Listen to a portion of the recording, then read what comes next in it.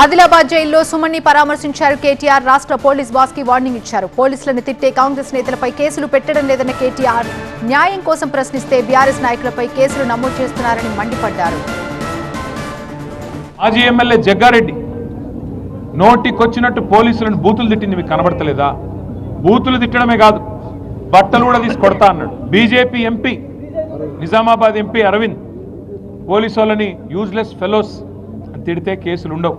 కానీ ఇవాళ స్పష్టమైన అధికారం, స్పష్టమైన మెజారిటీ క్యాతన్పల్లి మున్సిపాలిటీలో మా పార్టీకి, మా పొత్తులో ఉన్న సిపిఐ పార్టీకి ప్రజలు ఇస్తే ఆ మెజారిటీని అపహాస్యం చేసే విధంగా స్థానిక మంత్రి గారు, అధికార యంత్రాంగం కుమ్మక్కైతే, ఎన్నికల కమిషన్ చేయాల్సిన పని ఎన్నికల కమిషన్ చేయకపోతే, చివరికి మా కార్యకర్తల ప్రజాస్వామ్యాన్ని కాపాడే ప్రయత్నం చేస్తే ఉల్టా కేసులు మా మీదే పెట్టి ఇవాళ మా నాయకులను జైల్లో పెట్టారు.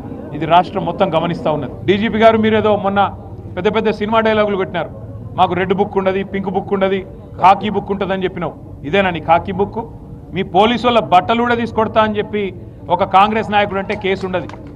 మిమ్మల్ని యూజ్లెస్ ఫెలోస్ అని ఒక బీజేపీ ఎంపీ అంటే కనీసం కేసు పెట్టే ధైర్యం లేదు. ఎందుకు? రాష్ట్రంలో అధికారంలో కాంగ్రెస్ ఉన్నది, కేంద్రంలో అధికారంలో ఉన్నది బీజేపీ కాబట్టి భయపడుతున్నావా? ఇవాళ మేము ప్రతిపక్షంలో ఉన్నాం కాబట్టి మా మీద కేసులు పెడతావా? ఒకటి గుర్తుపెట్టుకో డీజీపీ గారు, రేవంత్ రెడ్డి గారు, గుర్తుపెట్టుకోండి, ఎప్పుడు అధికారం ఎవరికి శాశ్వతం కాదు.